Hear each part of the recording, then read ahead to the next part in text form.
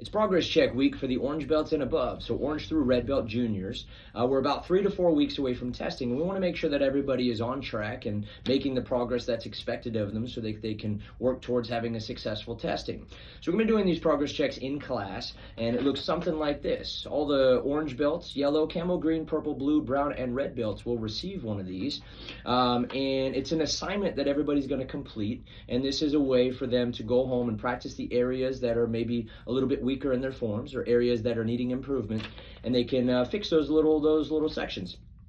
So on the front, there's a lot of wording here, and it's self-explanatory as far as what is expected with this assignment, but I'm going to go over in details everything that we're going to have on here. There's going to be a section here on the very bottom that's going to have certain techniques from the form or sections from the form that we know are overall weaknesses for everybody that everybody can work on. So specifically, this one says practice your reverse side kick 10 times on each side and focus on keeping your knee in the air while you do your kick. So focusing on the chambers. Gives you an opportunity to get 20 kicks in, really concentrate on having a good chamber and fix that weakness that might be in that reverse side kick. And there's a couple other things as well.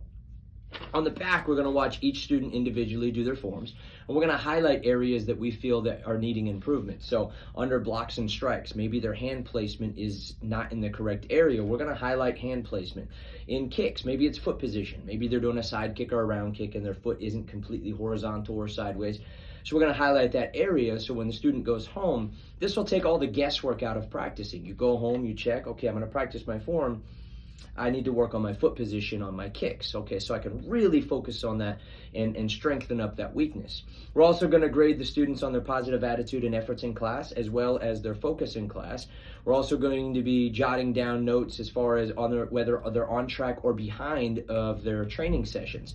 So depending on the cycle, this is a 9-week cycle, or if it's a 10-week or an 8-week cycle, the students are required to come to at least 2 classes a week. So if it's a 9-week cycle, the students are expected to have at least minimum 18 training classes in order to be eligible to test by the time testing comes around. If it's a 10-week cycle, it'll be 20 classes, 8-week cycle will be 16, and so on.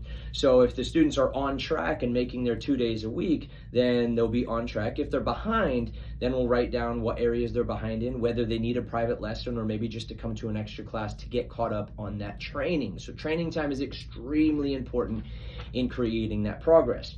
Mom and Dad, we're going to have you grade them at home as well. So you're going to grade your child's behavior. Are they listening at the first time? How is their respect and their manners? We want to make sure that our students are doing an awesome job here, but we also want to make sure that they're doing a great job at home as well. All the things that are listed on the front and the back of this, the students are going to do this every day for 5 days in a row to get that consistency and get those reps in.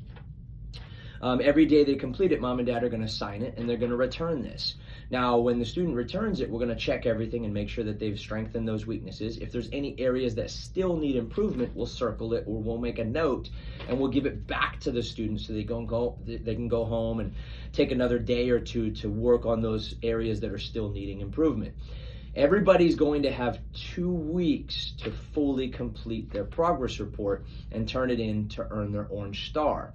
Now, it only takes 5 days, so why do we give 2 weeks to turn it in? Because, like I said, a student might turn it in on day 6 or 7, and if there's areas that are not fully completed or improved on, we're going to give it back to them. So it might take them another 2 to 3 days.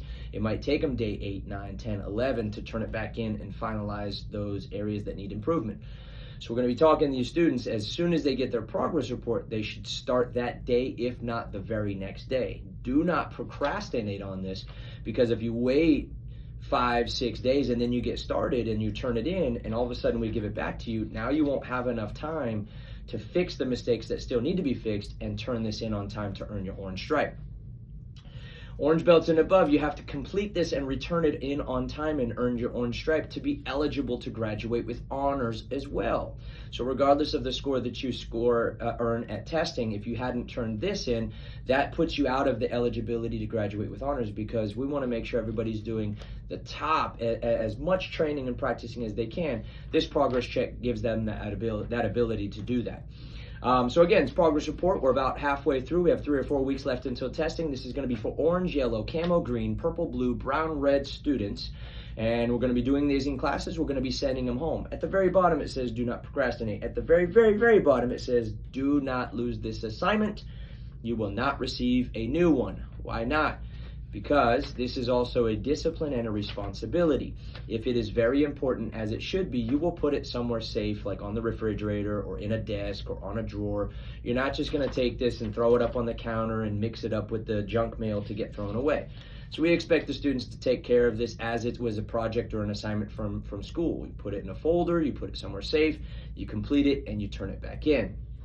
Everything's explained on the front, and then everything that needs attention will be highlighted on the back. Of course, if the parents or the students have any questions about this progress check, you guys can ask us. We'll be re-explaining everything in class as well, okay? We'll see you guys in class. Get to work on your progress check.